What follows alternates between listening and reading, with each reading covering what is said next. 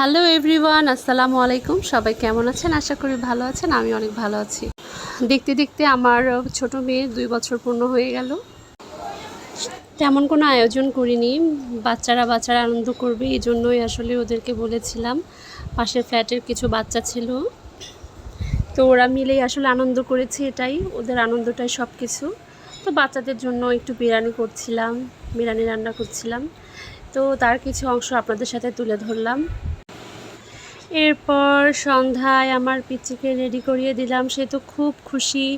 সে কিছুদিন আগে থেকেই হ্যাপি বার্থডে কি বুঝতে শিখেছে এবং নিজেও হ্যাপি বার্থডে বলে। আর যদি বলা হয় ছবি তুলতে, সে তো একদম সুন্দরভাবে দাঁড়িয়ে যায়। তো এই যে আমার সব পিচ্চি বাচ্চাগুলো সবাই দাঁড়িয়ে গেছে কেক কাটবে বলে। ওরা একটু মজা করছিল, এই যে স্প্রে করছিল। এরপরে সবাই দাঁড়িয়ে ছবি তোলার জন্য একদম দাঁড়িয়ে গেছে।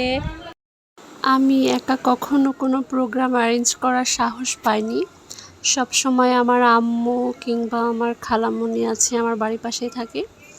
তো তারা যখন ছিল অথবা আমার শাশুড়ি থাকলে আমি এগুলো প্রোগ্রাম কোনো কিছু অ্যারেঞ্জ করতে সাহস পাই।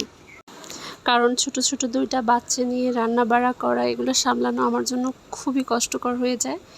কিন্তু এই প্রথমবার আমার আম্মু, শাশুড়ি বা খালামণি কেউই ছিল না। একা একাই সব অ্যারেঞ্জ করতে হয়েছে। মাশাআল্লাহ, মানে একা একাই সব করতে পেরেছি, আলহামদুলিল্লাহ। খুব বেশি বড় করে না হোক, ছোট করে হোক, তাও যে আমি সাহস করে করতে পেরেছি এটাই অনেক। তো এবার কেক কাটার পালা চলে আসলো। কেক কাটবো সব বাচ্চারা একসাথে হয়েছে। তার আগে কিছু ছবি তুলে নিচ্ছিলাম আমরা।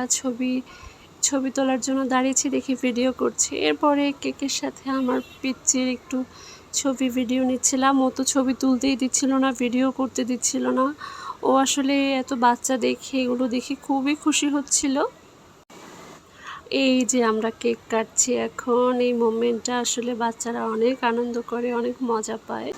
আর আমার বড় মেয়ের তো কোনো কথাই নেই। ও যার বার্থডে হোক, ও মনে করে ওর বার্থডে বলতে হবে।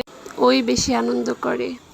তো আজ এ পর্যন্তই। সবাই আমার 2 মেয়ের জন্য, আমাদের জন্য দোয়া করবেন এবং আমাদের ভিডিওতে লাইক কমেন্ট করে আমাদের পাশে থাকবেন।